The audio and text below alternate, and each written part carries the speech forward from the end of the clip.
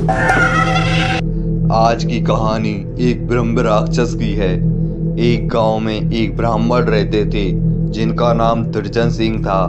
दुर्जन सिंह को लोग दुर्जनी कहकर बुलाते थे। उनके घर से कुछ ही दूरी पर एक खेत था जिसमें एक बहुत बड़ा बरगद का पेड़ था। वह बरगद का पेड़ बहुत पुराना था। कुछ समय के बाद उन्होंने उस खेत पर घर बनाने की सोची, क्योंकि उनका पहला वाला घर बहुत छोटा था। उन्होंने उस बरगद के पेड़ को घर बनाने के चक्कर में कटवा दिया और अपना घर बना लिया। कुछ दिन तो सब कुछ ठीक चला, लेकिन कुछ दिन बाद दुर्जनी बड़े परेशान रहने लगे। वे कभी पूजा पाठ करते तो कभी पूजा पाठ नहीं करते।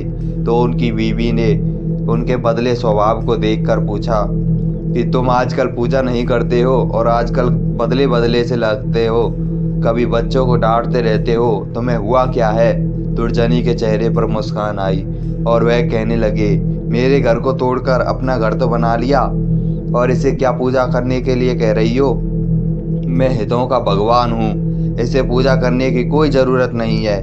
वो कभी दांत मिचते, कभी बड़े प्यार से बोलते, कभी आंखें लाल हो जाती तो कभी सही हो जाते। उनकी बीवी को शक हो गया कि जरूर इनके अंदर किसी का साया है, और वो बातें ऐसे ही करते थे जैसे कि उनके अंदर से दो लोग बोल रहे हों। तब उनकी बीवी ने उनको बिठाकर हनुमान चालीसा पढ़ने लगी। वो सोच रही थी अगर कोई होगा तो भाग जाएगा। दुर्जनी पर उसका कोई असर नहीं पड़ा। वह एकटक लगाए देखे जा रहे थे। उनकी बीवी काफी मंत्र और गायत्री मंत्र पढ़े। तभी दुर्जनी की आंखें लाल हुई और कहने लगा, मैं इनसे डरने वाला नहीं हूँ और तू क्या समझ रही है, मैं इसे छोड़ के चला जाऊंगा?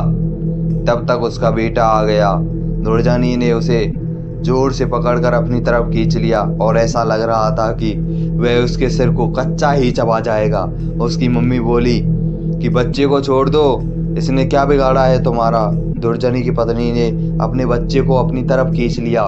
उसने फिर पूछा, तुम कौन हो और मेरे पति के अंदर क्यों आए हो? आप हमसे क्या चाहते हो? आप हो कौन? तब उसने कहा कि अगर अपना भला चाहती हो तो बरगद के पेड़ लगाओ, जितना भी हो सके पेड़ लगाओ, फिर मैं बताऊंगा कि मैं कौन हूँ और कहाँ से आया हूँ। तब दुर्जनी की बीवी ने 100 पेड़ लगाए। एक दिन उसकी पत्नी ने देखा कि आज दुर्जनी सुबह उठकर पूजा पाठ करके आ चुके हैं। तब दुर्जनी के अंदर से वह भूत बोला, तुम्हारे पति को आज छोड़ के जा रहा हूँ, तुम सदा सुखी रहो, तुम्हारे आचार विचार बहुत अच्छे हैं। मैं एक ब्रह्म राक्षस हूँ।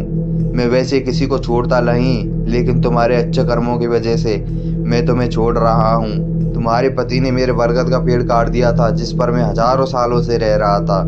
मुझे गुस्सा तो आया, पर तुम्हारी अच्छाई के कारण मैं इनको छोड़ के जा रहा हूँ, वरना इनको मार ही देता मैं।